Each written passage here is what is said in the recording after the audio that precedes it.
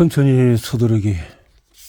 훗날 로마제국 일대 황제가 되는 옥타비아누스는 겨우 18살의 율리우스 가이사르의 후계자로 지명되었다. 19살 때 포럼에서 로마의 핵심 세력들을 향해 자기 양부 가이사르의 동생을 일으키며 그의 필적하는 업적을 새겨놓으라고 맹세했다. 옥타비아누스는 성공가도의 오른을 젊은이, 흔한 표현으로 성공가도를 질주할 젊은이였다. 하지만 옥타비아누스가 유명한 아우구스토스, 전후만자라는 칭호를 얻은 것은 빨리 달렸기 때문이 아니다.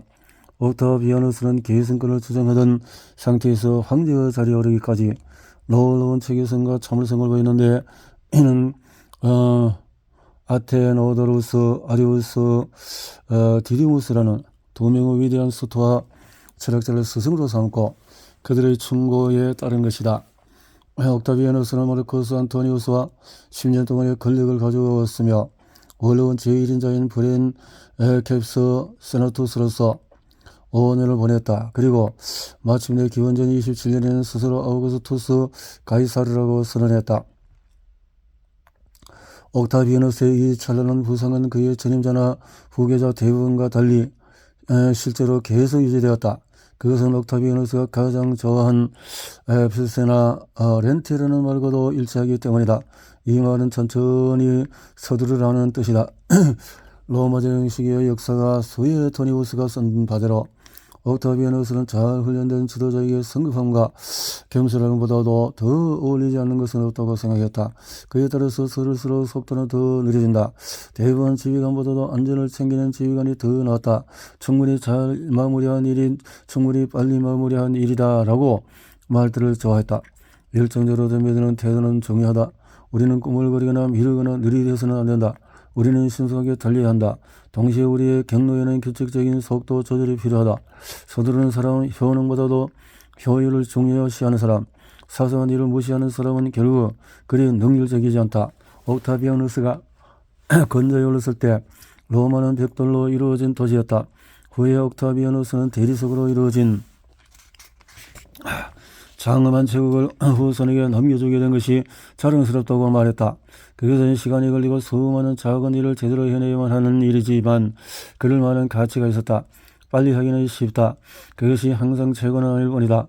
군대에서는 느린 것이 순조로운 것이고 순조로운 것이 빠른 것이라는 말을 즐겨한다. 제대로 하면 빨리 된다. 너무 빨리 하려고 하면 제대로 안 된다. 지체하지 않고 덤벼드는 것과 천천히 서두르는 것 사이는 어떻게 균형을 잡을 수 있을까? 그 균형을 가장 잘 구현한 이는 아마도 조지 토머스라는 또 한 명의 남북전쟁 당시 장군일 것이다. 토머스는 빠른 속도로 잘 알려진 사람은 아니다. 오히려 토머스는 기병대 지휘관으로서 그가 실시했던 교육 때문에 늙고 느린 말의 걸음걸이라는 별명으로 불렸다. 그렇지만 토머스는 느린 것이 아니라 신중한 사람이었다. 토머스는 섣불리 움직이다 공격당하는 것도 그렇다고 대의를 추구하지 못하고 하게 저지당하는 것도 원하지 않았다. 토머스가 치커모가의 바위라는 또 다른 별명을 얻은 것도 상황이 좋을 때만 움직이기는 조지 맥클렐런 장관 같은 아이라면 쉽게 무너졌을 때 대대적인 적의 공격 앞에서도 굳건히 버텼기 때문이었다. 토머스는 내시블에서 남북을 이끄는 후드 장군이 군대와 맞서 싸우는 일에 별로 신속하게 움직이지 않았다는 이유로 훗날에 미국 제18대 대통령에 오르는 당시 북군의 총사령관 그랜트와 충돌을 빚었다. 즉시 공격을 시작하라는 자기 명령을 받고도 토머스가 어찌나 시간을 끄는지 답답해서 속이 터질 것 같았던 그랜트는 자기가 직접 지휘하겠다면서 내시블을 향해서 출발했다. 하지만 이는 토머스에게는 부당한 일이었다. 언제나 득달같이 달려들어야 한다는 것이 너무 단순한 생각이다. 그랜트는 토머스가 서두르지 않고 미적거린다고 생각했다. 그러나 사실 토머스는 완전히 전투에 전념하고 있었고 그가 천천히 움직인 것은 먼저 모든 준비를 제대로 하려는 의도였다. 토머스는 제대로 준비해서 보급품을 넉넉히 마련하고 효과적인 훈련을 마친 채 최적의 순간만을 기다렸다. 그런 다음에 신중한 속도로 공세에 나섰다. 1864년의 12월 토머스는 내시빌 전투에서 적을 전멸시키며 남북전쟁에서 손꼽히는 커다란 승리를 이끌었다. 늙고 걸음이 느린 경주마는 바위였다. 일단 그러기 시작하면 그 무엇도 막아설 수 없는 바위 말이다. 그것이 바로 천천히 서두르는 것이다. 에너지에 철도를 더하고 노력을 정확히 계산하며 열의의 통제력을 더한다. 에스파냐의 시인 후안 라몬 히메네스는 이렇게 말했다. 천천히 하면 모든 것을 정확하게 하게 된다. 이 말은 지도자의 임무뿐 아니라 근력 운동에서도 달리기와 글쓰기도 적용된다. 미래에 덤벼들 때 중요한 것은 항상 서두르는 것이 아니다. 제대로 일을 처리하는 것이 중요하다. 천천히 움직여도 괜찮다. 절대 멈추지 않는다면 말이다. 토끼와 거북이 이야기에서 실제로 경제에 열중하며 달려든 것은 거북이라는 것을 우리는 알지 않는가? 토끼는 매니 마차도나 조지 맥클렐런이었다. 그들은 영리하며 간혹 돌발적으로 빠른 속도를 내기는 하지만 항상 그 상태를 지속하지는 않았다.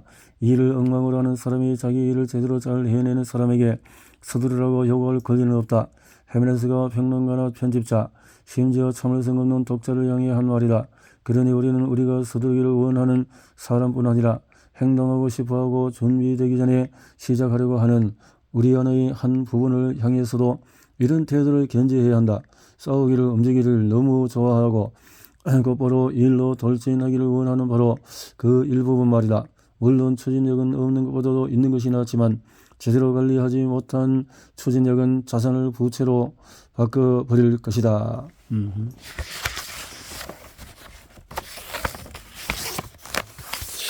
오랜 시간에 걸쳐서 완성된 제2의 본성. 일본의 검술대가 나카야마 하코다는 하루에 2000번씩 검을 오는다고 연습했다고 한다. 한 번은 하야시자키 신사에서 인내를 훈련하려고 24시간 동안에 1만 번 검을 뽑았다는 기록도 남아있다. 이 기록을 세우려면 얼마나 빠른 속도로 움직여야 했을까? 그렇게 짧은 시간 동안에 1만 번이나 동작을 반복하려면 얼마나 철저하게 움직여야 했을지 상상조차 하기 어렵다. 그런데 하코다는 애초에 왜 그런 일을 하려 한 것일까? 왜냐하면 옥타비아누스의 스승 아리우스 디디무스가 말했듯이 오랜 시간에 걸친 연습은 제2의 본성이 되기 때문이다.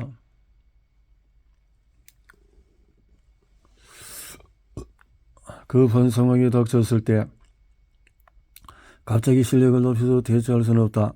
우리가 훈련하는 수준까지 대처할 수 있을 뿐이다. 언젠가 자기가 세상에서 최고의 무사로 생각하는 미야카 군묘라는 자가 일본 에도 시대의 무사 미야모토 무사시에게 도전했다. 싸움이 뜻대로 되지 않아서 답답해진 군묘는 세 번째 공격에서 무사시를 향해서 사납게 돌진했다.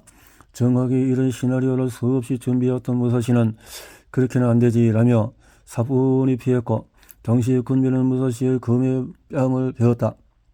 무사시는 이런 상황을 어떻게 예상했을까? 답은 연습이다. 무사시의 좌우명은 저단 성년, 즉 아침부터 밤까지 훈련한다는 것이었다. 무사시는 이렇게 썼다. 천일을 기술을 기르는 훈련을 하고 천일을 그 기술을 갈고 닦는 훈련을 하라. 무사에게 상당히 잘한다는 말은 있을 수 없다. 상당히 잘하는 검술사가 더 잘 싸우는 검술사를 만나면 죽는 수밖에 없다. 농교명예의 전당에 이름을 올린 미국 정치가 빌 브래들리도 같은 맥락의 이야기를 한 적이 있다. 우리가 연습하고 실력을 갈고 닦고 노력하는 일을 게을리할 때 어디선가 다른 누군가가 그 일을 하고 있으며 언젠가 우리가 그를 만났을 때 우리는 패배할 거라는 이야기였다. 군묘는 운 좋게도 이런 교훈을 얻고서 살아남아서 그 이야기를 전할 수 있었다. 군묘는 무사시에게 상처를 치료받은 뒤에 자신이 무사시에게 상대도 되지 않는다는 사실을 인정하고 그의 제자가 되었고 다시는 그렇게 경솔하게 행동하는 실수를 범하지 않을 때까지 무사시 밑에서 훈련하고 수련했다. 단순한 주입식 훈련이 아니라 연습 없이도 위대함도 없다. 수없이 연습해야 한다. 끝없이 반복해서 연습해야 한다.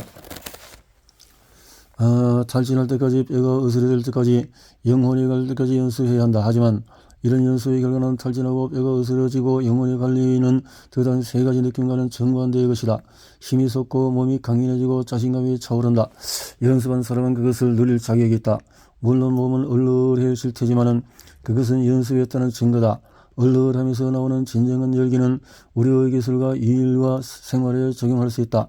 에스파냐의 첼리스트 파블로 칼사스는 생애 후반까지 그 장으로 널리 인정받고 난 뒤에도 오래도록 연습을 계속했다.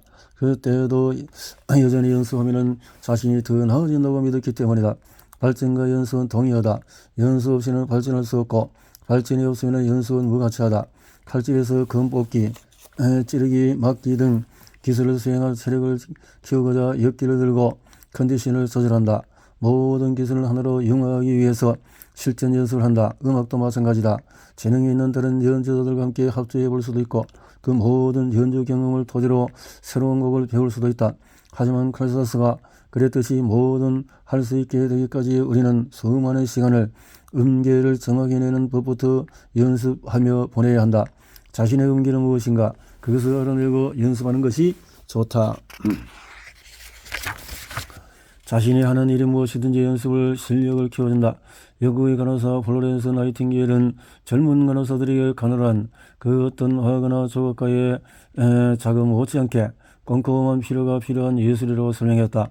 처치는 수많은 저녁을 즉흥 연습을 연습하며 보냈다. 무사처럼 올림픽 선수처럼 탁월함을 추구하는 거장처럼 자기 기술을 훈련하는 것이 어떤 일일지는 자신만이 안다. 아침부터 밤까지 연습해야 하는 것이 무엇인지 수만 번을 반복해야 하는 것이 무엇인지 자신만이 알 것이다. 쉬운 일은 아닐 것이다. 하지만 그 힘겨운 노력 속에는 자유와 자신감도 들어있다.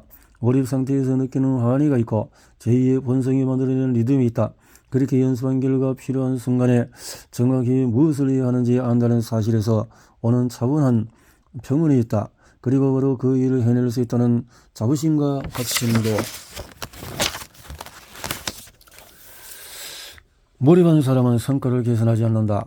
매년 노벨문학상 유력 후보로 거론되는 미국 작가 조이스 캐럴 오처는 양력 천머리에 항상 지금까지 그가 출판한 책의 종수를 언급한다.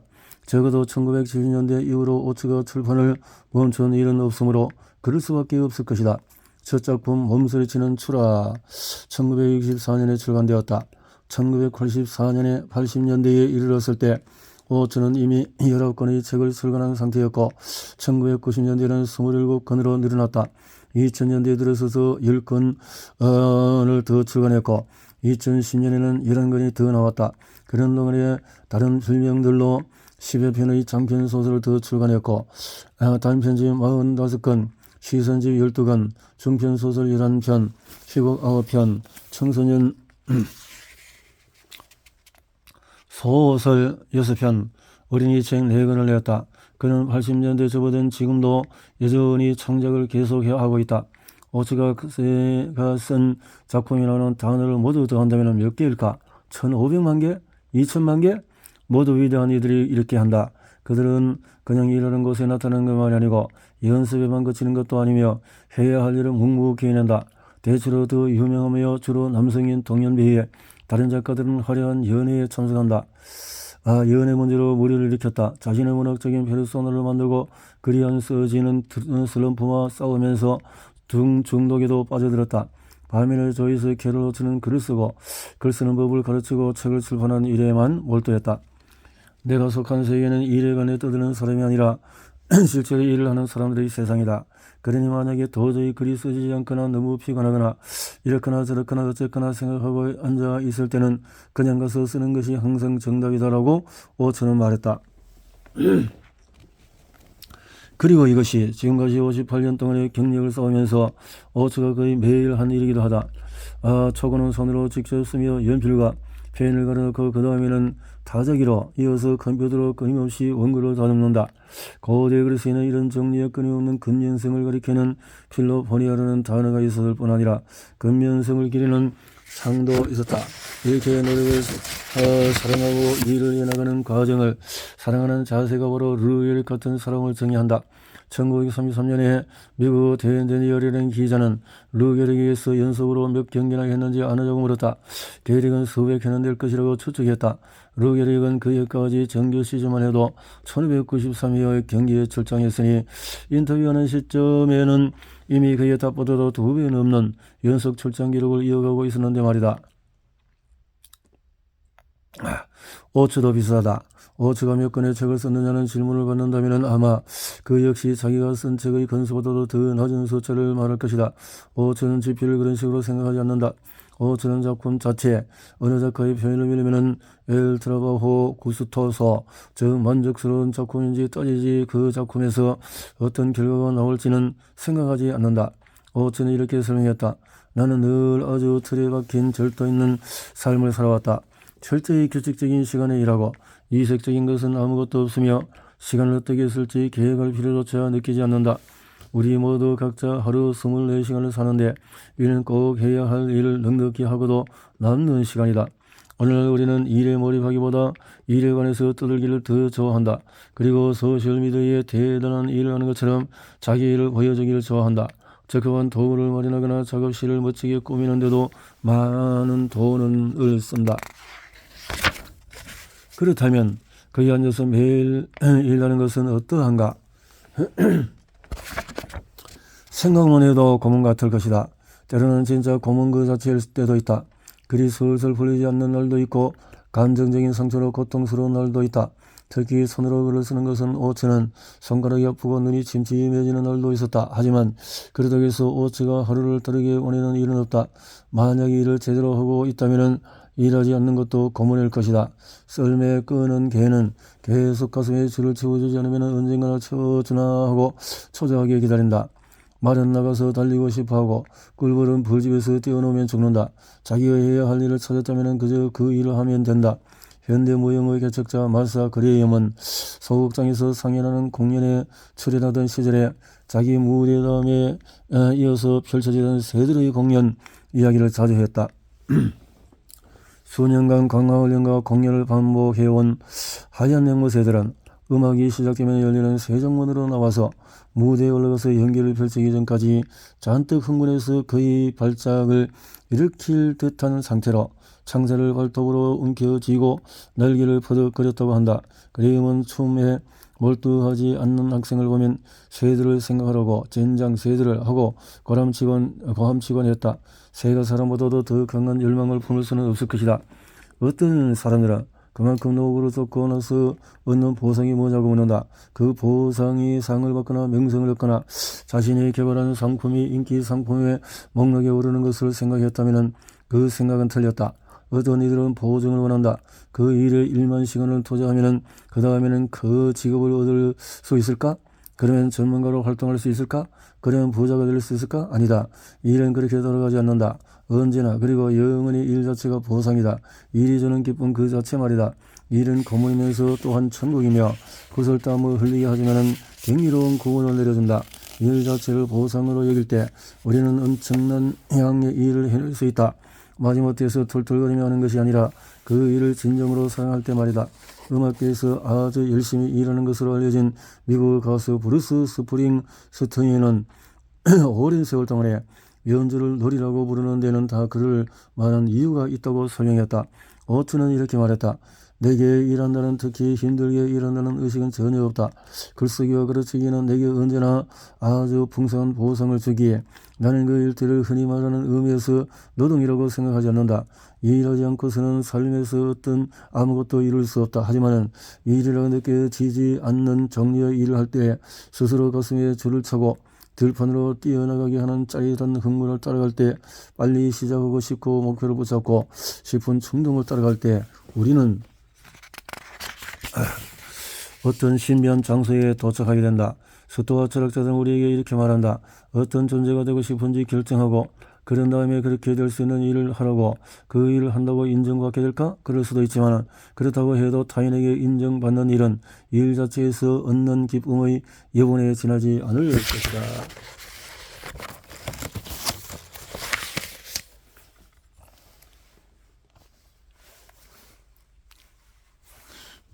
성공하는 사람의 옷차림. 독일의 정치가 앙겔라 마르켈은 독일이 동서로 나뉘어 있을 때의 공산주의를 표방했던 동독에서 자랐다. 소박한 호사조차 전혀 수 없었고 밀고자들이 항상 주변에 있으니 어떤 일에도 튀지 않는 것이 최선이었으며 특히 복장은 눈에 안 띌수록 좋았다. 1990년에 마르켈은 베를린 장벽 너머에서 그리고 수년간 양자화학자로 일해왔던 성 같은 학문의 세계에서 빠져나와 정치의 세계로 들어섰다. 갑자기 메르켈의 해양에 온갖 관심이 쏠렸고 이는 그로서는 너무나 놀라운 일이었다. 어느 정치 컨설턴트가 메르켈에게 스타일을 좀 개선해보라고 권했을 때 메르켈은 굴욕감을 느꼈다. 동극과 국가에서는 그런 행동을 하는 사람이 없었다. 하지만 정치가는 스타일에 신경을 써야 한다. 특히 이정자 때 때문에 여성 정치인은 더욱 그렇다.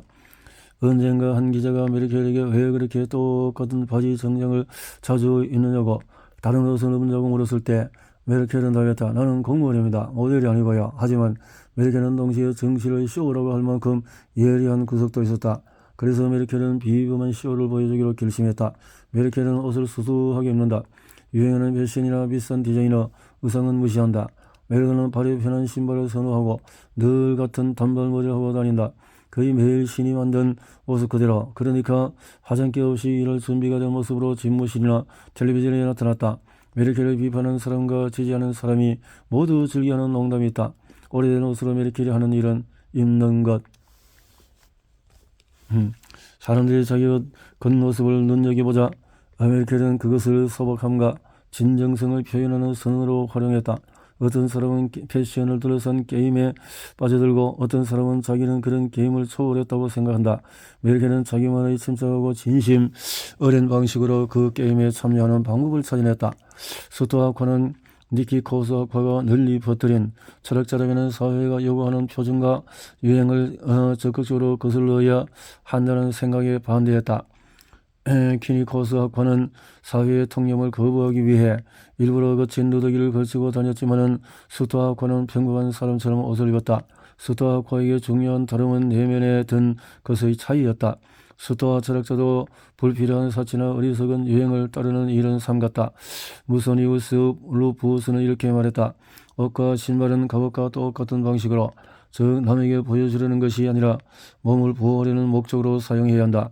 전쟁터에서는 반짝임으로 눈길을 끄는 갑옷이나 무기가 아니라 착용자를 가장 잘 보호하도록 설계된 갑옷과 가장 효과적으로 공격할 수 있는 무기가 최고인 것처럼 그것과 신발도 어리석은 자들이 고개를 빼고 바라보게 하는 것이 아니라 몸을 보호하는 데 가장 유용한 것이 최고다. 지도자는 사소한 일도 소홀히 하지 말아야 하지만 소수의 사람에게만 중요한 것이 무엇인지 알아야 한다. 옷차림과 스타일에서 절대의 기준점을 정확히 잡기는 까다롭다. 단정하지 못하고 지저분한 사람을 자기 관리가 철저한 사람이라고 말하기는 어렵다.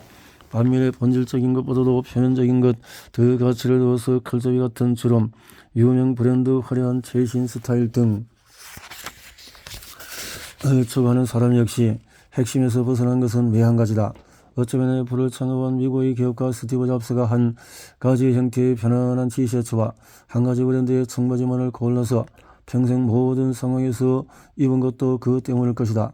그 옷들은 싸구려가 아니고 몸에 잘 맞으며 모든 상황에 적절하고 절대 유행에서 벗어나는 법이 없었다. 그 옷들만 입기 시작한 뒤로 잡스가 무슨 옷을 입을지 고민한 일은 한 번도 없었다. 훗날에 미국의 제12대 대통령에 오르는 제커리 테일러 장군은 제복 입기를 싫어하고 자기 계급장이나 훈장을 과시하듯이 보여주는 것을 좋아하지 않았다. 남을 비례하기 위해서였다. 그러나 멕시코 미국 전쟁 당시에 리오그란데 강의 강가에서 데이비드 코너 존장을 만날 때는 정식으로 제복을 차려입는 것이 해군 장교들에게 적합한 일로 여겨지므로 상대를 비례해서 제복을 갖추어 입었다. 한편 코너 존장은 테일러의 소박한 스타일을 존중한다는 것을 보여주고자 사복을 입고 찾아왔다. 이는 모든 상황에서 모든 사람이 각자 다른 접근법으로 문제에 다가간다는 것을 보여준다. 대체로 우리가 전쟁터에 있는 일은 드물다. 때때로 입사 면접을 보거나 카메라 앞에 서거나 중요한 사람을 만나는 일은 생긴다. 자기가 표면적인 것을 그리 중시하지 않는다고 해서 다른 사람들이 받는 인상이 중요하지 않다는 것은 아니다. 특히 우리가 모든 것을 성취하려고 하거나 누군가에게 무엇을 설득하려고 노력할 때는 더욱 그렇다. 어떤 것을 어떻게 보여주는가는 중요하며 다른 사람들이 어떤 느낌을 받는가도 중요하다. 그것이 모든 것은 아니지만 그것을 무시하다가는 스스로 손해를 자초할 수 있다. 책상을 깨끗이 정리하는 것이 생산성과 집중력을 높이는 데 경이로운 효과를 발휘하듯이 면도를 깔끔하게 하거나 다름질한 옷을 입는 것처럼 외모를 깔끔하게 챙기는 일에도 우리 머리를 맑게 해주는 뭔가가 있다.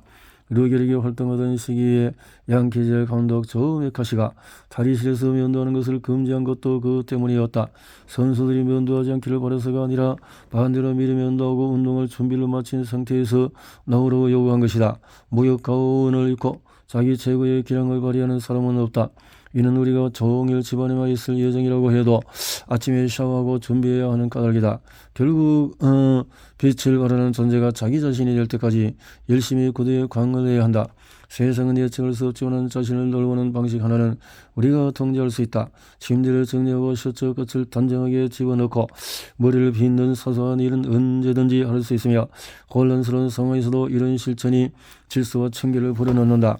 전쟁 포로 생존자와 홀로코스트 생존자는 자신들이 처한 지저분하고 두려운 환경에서도 외양을 깔끔하게 유지할 방법을 찾아내려고 노력했다는 이야기를 들려준다. 그런 행동을 허영이라고 비난할 사람은 아무도 없다. 오히려 우리는 그들을 탄압하는 자들이 그들에게서 강탈하기를 원했던 전음을 지키려 한 용기 있는 행동이라고 이해한다. 사소한 부분에서도 꼼꼼히 신경을 써야 하지만 표면에 치중할 필요는 없다. 이것이 절제의 세계다. 절제란 상반되는 가치들 사이에서 균형을 찾는 일이다. 우리는 코너 존장처럼 해야 할 때도 있고 테일러 장군처럼 해야 할 때도 있다. 우리가 앙겔라 마르켈처럼 다른 사람의 시선에 주의를 빼앗기거나 사로잡히지 않으면서 겉모습을 둘러싼 게임을 능란하게 치르는 요령을 터득해야 한다. 옷을 잘 입어야 하지만 너무 잘 입을 필요는 없다. 자신을 잘 돌보는 일에 신경을 써야 하지만 그러느라 우리가 돌봐야 할 사람이나 상황을 방치하는 것 또한 문제다. 우리가 옷을 입어야지 옷이 우리를 입어서는 안 된다. 우리가 옷을 입어야지.